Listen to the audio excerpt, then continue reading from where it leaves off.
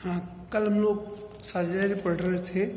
साझेदारी को ही आगे कंटिन्यू करते हुए एक प्रश्न कई बार आता है कि क्या लाभों का बंटवारा ही साझेदारी की विद्यमानता का अकाट्य प्रमाण है।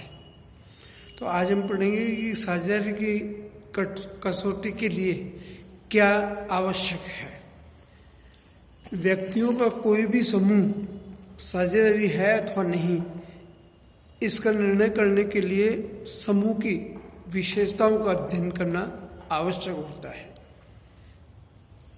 क्या साझेदारी में या व्यक्तियों के समूह में वही विशेषताएं विद्यमान होती है जो साझेदारी में विद्यमान होती है। अधिनियम की धारा 4 के तहत किसी भी साझेदारी के लिए इन विशेषताओं का होना आवश्यक है।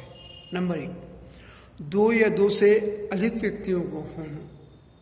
नंबर 2, साझेदारों के बीच आपसी ठहराव होना जो लिखित अथवा मौखिक हो सकता है। किसी वैध कारोबार का होना। नंबर 4, कारोबार से उत्पन्न लाभ का होना। नंबर 5, कारोबार का उद्देश्य लाभ कमाना होना और आपस में उसे पूंजी के अनुपात में या बराबर अनुपात में बांटना। साझेदारी का संचालन सभी साझेदारों द्वारा अथवा सबकी सहमति से किसी एक साझेदार द्वारा किया जाना चाहिए। इन विशेषताओं के विद्यमान रहने पर ही व्यक्तियों का समूह साझेदारी कहलाता है।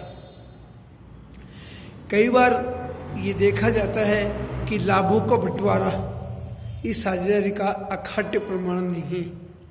2 व्यक्ति मिलकर आपस में लाभ बांट सकते हैं, लेकिन लाभ का बंटवारा होते हुए भी उनके मध्य साझेदारी है अथवा नहीं, ये कहना आसान नहीं है। अधिनियम की धारा 6 में उन परिस्थितियों का स्पष्ट उल्लेख किया गया है जिसमें व्यक्ति लाभ तो बांटते हैं लेकिन उसमें उनके बीच साझेदारी विद्यमान नहीं होती। पहला है संपत्ति के संयुक्त स्वामी जो लाभों का बंटवारा करते हैं। जब किसी संपत्ति के 2 या 2 से अधिक स्वामी होते हैं और वे स्वामी उस संपत्ति को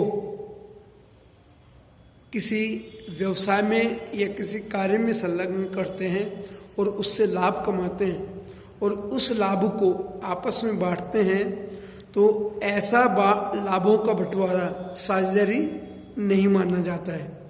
जैसे उदाहरण के लिए 2 व्यक्ति मिलकर ए और बी मिलकर एक दुकान खरीदते हैं और उस दुकान को किसी व्यक्ति को या उस दुकान में सामान रखकर उसे आपस में बेचते हैं और आपस में बेचकर वो उससे